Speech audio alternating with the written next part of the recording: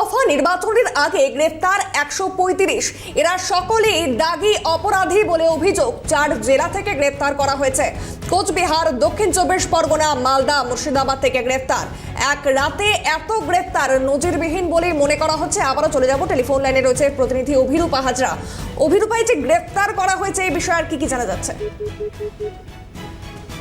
যোগাযোগ বিচ্ছিন্ন হয়ে গেছে, আমরা আবারও চেষ্টা করবো যোগাযোগ করে। তার আগে যে খবরে নজর রাখছি, একেবারে এক রাতে এত গ্রেফতার নজিরবিহীন বলেই মনে করা হচ্ছে। নির্বাচনের আগে, অর্থাৎ প্রথম দফা নির্বাচনের আগে গ্রেফতার 135।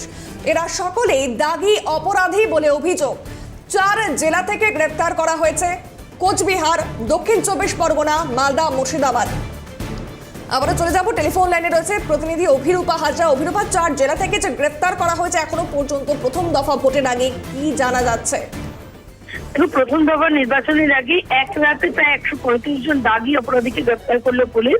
কোচবিহার, দক্ষিণ চব্বিশ পরগনা, মালদা, মুর্শিদাবাদ থেকে গ্রেপ্তার করা হয়েছে দাগি আসামিদের। কোনো না কোনো থানায়, কোন থানায় কারা কারা দাগি হিসেবে খোঁজ নেওয়ার কথা বলা হয়েছিল আগেই কমিশনের পক্ষ থেকে। সেই খোঁজ নেওয়ার পরই দাগি আসামিদের গ্রেপ্তার করা হয়েছে এবং এক রাতে সেই গ্রেপ্তারির নজির গড়েছে 135 জন। কিন্তু সেক্ষেত্রে সারা রাজ্যে, এই জেলাগুলো বাদে সারা রাজ্যে কিন্তু এই টহলদারি চলছে। দাগি আসামিদের যারা মুভমেন্ট তাদের হতে পারে বা তারা অপরাধমূলক কারাকর্ম করতে পারে, এটা সন্দেহ হলেই পুলিশ দাগি আসামিদের গ্রেপ্তার করছে।